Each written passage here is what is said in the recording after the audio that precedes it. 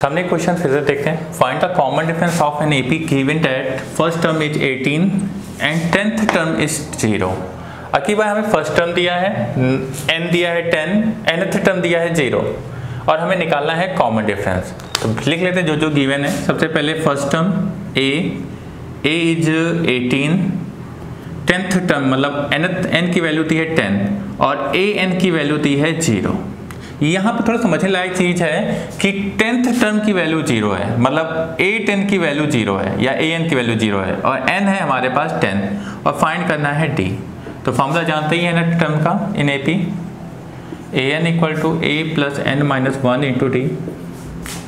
an की value 0, a is 18, n is 10 minus 1 into d.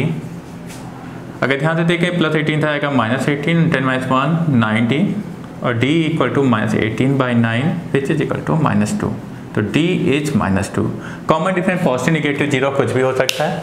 तो d की value कितनी आई? Minus 2। Find the missing terms of given AP। तो missing terms find करने हैं, बॉक्सेस कुछ फिल करने हैं, बॉक्सेस फिल करने हैं 1 2 3 4 5। तो जो डेटा दिया सबसे पहले उसे लिख लेते हैं। सबसे पहला डेटा है फर्स्ट टर्म गिवन है, फर्स्ट टर्म इज माइनस 4 6। तो टर्म देख लेते हैं, इसे a से डॉट करेंगे, इसे a2 a3 a4 a5 and a6 and last one is a7। तो a6 की वैल्यू 6 गिवन है। a6 की वैल्यू 6 का मतलब होता है कि यहाँ n इक्वल टू 6 होगा और an की वैल्यू भी 6 होगी। यहाँ जो लिखा होता है सफिक्स में वो n होता है और इसके सामने जो ये लिखा है वो an होगा। अगर फिर nth टर्म का फॉर्मूला लगाते हैं, nth टर्म ऑफ AP, तो a plus n minus 1 into d. तो हमारे पास a है minus 4, n 6 minus 1 into d, an is 6, minus 4 को चलेंगे plus 4, 10 equal to 5d, obviously d equal to 2। तो कॉमन डिफरेंस आ गया 2। अब हमें अगर a2 फाइंड करना है तो हम इसी फॉर्मूले में n की जगह पर 2 रख देंगे। जब 2 रखेंगे तो यहाँ पर 2 माइनस 1 इंटू डी आएगा और ये हो जाएगा a प्लस डी। a की वैल्यू हमें पता है माइनस 4 है और d की वैल्यू है 2, तो माइनस 4 प्लस 2 इज माइनस 2। अगर हमें a3 फाइंड करना है तो हम इस फॉर्मूले में n की जगह पर 3 रखेंगे तो a3 टर्म आएगा a plus 3 minus 1 into D. a की वैल्यू है माइनस 4, d की वैल्यू है 2, तो minus 4 plus 3 minus 1 is 2, d is also 2, minus 4 plus 4 is 0। ऐसे हम a4 और a5 और a7 भी निकाल सकते हैं। तो अगर a4 की बात करें, a4 आएगा a प्लस 4 माइनस 1 यानी 3d, a की वैल्यू माइनस 4 प्लस 3, d की वैल्यू है 2, तो माइनस 4 प्लस 6 इज 2। a5 की बात करें, a5 का मतलब a प्लस 5 माइनस 1 मतलब 4d, a की वैल्यू थी माइनस 2, 4, d की वैल्यू है 2, तो minus 2 plus 8 a5 40, 4 2 8 is equal to 6। Sorry, a की वैल्यू माइनस 4 थी तो यहाँ पर आ जाएगा 4, तो a5 इज 4। ऐसे अगर हमें a7 फाइंड करना हो तो a7 का मतलब होगा a plus 6d, a is minus 4 plus 6, d की value 2, minus 4 plus 12 is equal to 8। तो सारे फिल कर सकते हैं टर्म। a2 आएगा माइनस 2, a3 आएगा minus 0, a4 is 2, a5 is 4, a7 is 8। इस तरीके से हम मिसिंग टर्म्स को फिल कर सकते हैं। तो जब भी मिसिंग टर्म्स के क्वेश्चन आए तो हमें ये ध्यान रखना है कि गिवन डेटा हमें क्या है, उसकी हेल्प से हम लोग अननोन डेटा फाइंड कर लेंगे। क्वेश्चन को रीड करते हैं। Which term of AP 3 8 13 18 is 78, check whether minus 85 is a term of given AP। Okay fine. तो हमें यहाँ पर टर्म निकालना है, n फाइंड करना है। तो given AP series 3 8 13 18 and so on and 78 is the last term। तो बात कर लेते हैं। सबसे पहले first term is 3, d means a2 minus a1, 8 minus 3 equal to 5। Last term means an is 78 and n आपको फाइंड करना है। तो फिर से nth टर्म का फॉर्मूला लगा देंगे। तो a n equal to a plus n minus 1 into D.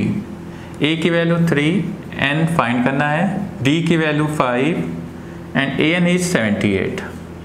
Plus 3 इधर जाएगा तो -3, 78 - 3 75 एन -1 इंटू 5, इंटू में 5 इधर जाएगा डिवाइड पे, तो 75/5 equal to n -1 equal to 5 × 5, 5 × 5 = 25 n -1, तो n equal to 15 + 1 n equal to 16। That means to say 78 is 16th term of given AP। Most important thing ये है कि जब हम n फाइंड कर रहे हो तो याद रखना n की वैल्यू एक नेचुरल नंबर होगी, क्योंकि नंबर ऑफ टर्म्स हमेशा 1 2 3 4 5 6 होंगे। कभी किसी ने नहीं सुना होगा कि निगेटिव में टर्म्स होते हैं, कभी ने ये नहीं सुना होगा -2 टर्म निकालो या 2.3 टर्म निकालो या फिर 2.5 टर्म निकालो। ठीक है, तो जो भी नंबर ऑफ टर्म n होंगे वो हमेशा 16 होंगे। तो याद रखना नोट पे जब भी n निकाला जाता है अगर वो एग्जिस्टेंस पे है तो उसकी वैल्यू हमेशा 1 2 3 4 मीन्स एक नेचुरल नंबर आएगी। इस बात को ध्यान में रखते हुए हम इसका सेकंड पार्ट करते हैं। सेकंड पार्ट में कहा गया है चेक वेदर -85 यहाँ गलती हुई होगी, 85 is a term of given AP। तो की बात सब डेटा ये दिया है, A इज 3, D इज 5। अब चेक करना है 85 को, तो an इज 85 और n फाइंड करना है। हमें ये चेक करना है क्या 85 इस सीरीज का टर्म होगा, अगर होगा तो कौन सा होगा। तो फिर से फॉर्मूला लगाएंगे an = a + n - 1 into d। a is 3, n -1, d की वैल्यू 5, an इज 85, इधर भेजेंगे तो 85 - 3 n -1 इंटू 5, 85 - 3 82 अपॉन में आ जाएगा 5, so n equal to 82/5 + 1, so n equal to 82 + 5/5 87/5 और कैसे डिवाइड करें तो 5 × 5, 5 × 7 = 35, तो 17 2/5।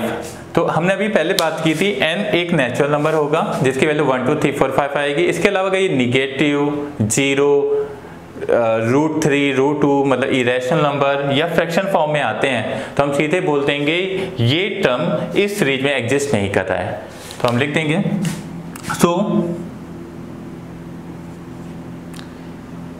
85 is not exist in given AP।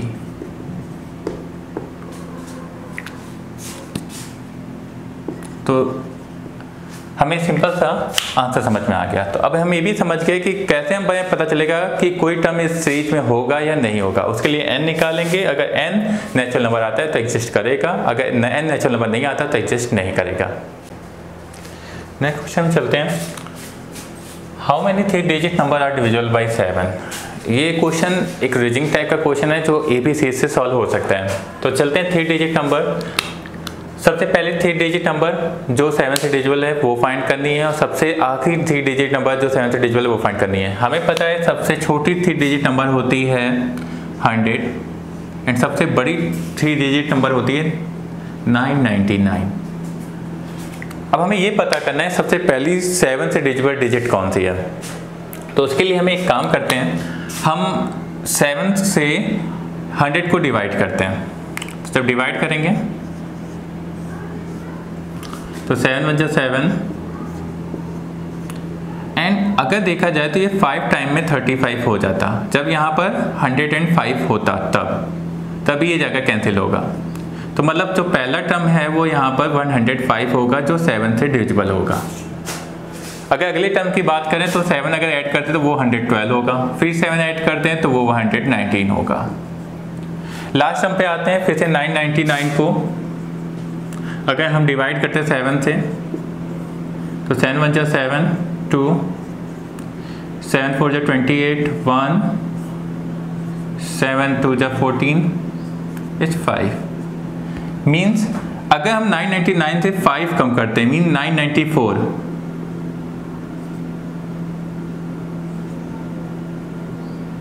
तो हाँ वो 7 से डिविजिबल होगा। तो हमें लास्ट टर्म भी पता चल गया।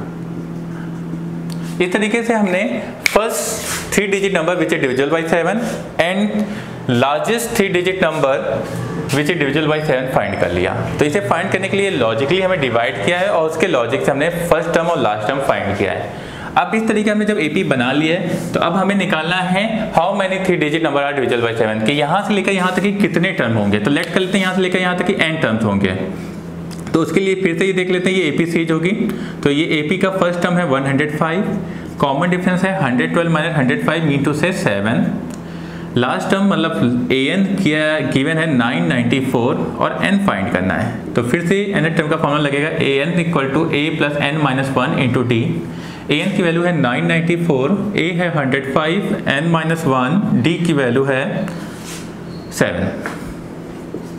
105 को इधर लाएंगे तो माइनस हो जाएगा, 994 minus 105 equal to n minus 1 7। तो 105 सब्ट्रैक्ट करेंगे तो 14 minus 5 is 9, 8 equal to n minus 1 7। So n minus 1 equal to 889 by 7, 7 1 7, 7 2 14, 7 7 49। So n minus 1 equal to 127. So n equal to 127 plus 1, 128.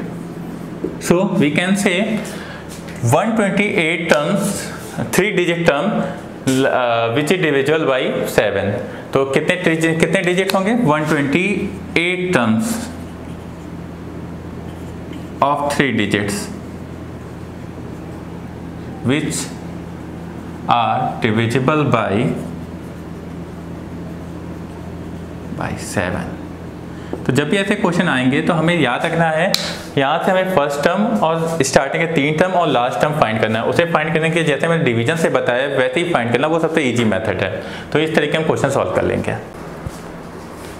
चलते हैं नेक्स्ट क्वेश्चन में। Next question है find 21st term of an AP whose 11th term is 38 and 16th term is 73।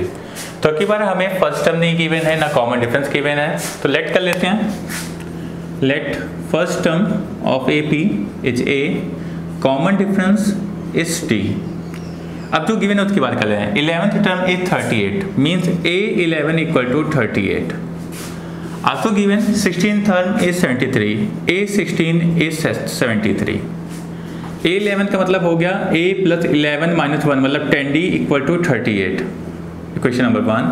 A16 का मतलब हो गया A plus 16 minus 1 is 15D equal to 73, equation number 2। तो पहले इक्वेशन 1 और 2 दो इक्वेशन है, दो अननोन A और D हैं। तो लीनियर इक्वेशन इन 2 वेरिएबल याद आ गया। जैसे हम x और y निकालते थे वैसे ही हम यहाँ पर A और D फाइंड करेंगे। तो A और D फाइंड करने के लिए हमने इक्वेशन 2 में से फर्स्ट को सब्ट्रैक्ट कर दिया। तो इक्वेशन 2 सब्ट्रैक्टेड बाई इक्वेशन 1। जब सब्ट्रैक्ट करेंगे तो a plus 15D equal to 73, a plus 10D equal to 38। सब सब्ट्रैक्ट करते हैं तो साइन चेंज होगा। 73 minus 38, 23 plus 12 is 35 is 5D, ये टर्म कैंसिल। तो D इक्वल टू 7। D की वैल्यू चाहे फर्स्ट में रख दो चाहे सेकंड में, पुटिंग इन सेकंड। तो सेकंड में रखेंगे या फर्स्ट में रखेंगे, फर्स्ट में रख देते हैं।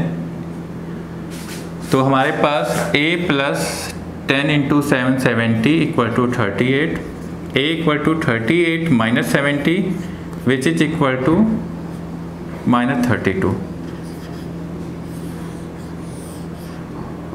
तो a की वैल्यू आ जाएगी माइनस 32। अब A और D जब हमने फाइंड कर लिया है तो इसकी हेल्प से हमें फाइंड करना है 21st टर्म। तो 21st टर्म के लिए हमें पता है 21st term means A21 means A plus 21 minus 1 into D, A plus 20D। A की वैल्यू अभी हमने फाइंड की थी माइनस 32, D की वैल्यू है 7। सॉल्व करेंगे 32 प्लस 20 इंटू 7 तो माइनस 32 प्लस 140 इक्वल टू 108। तो 21st टर्म इज 108।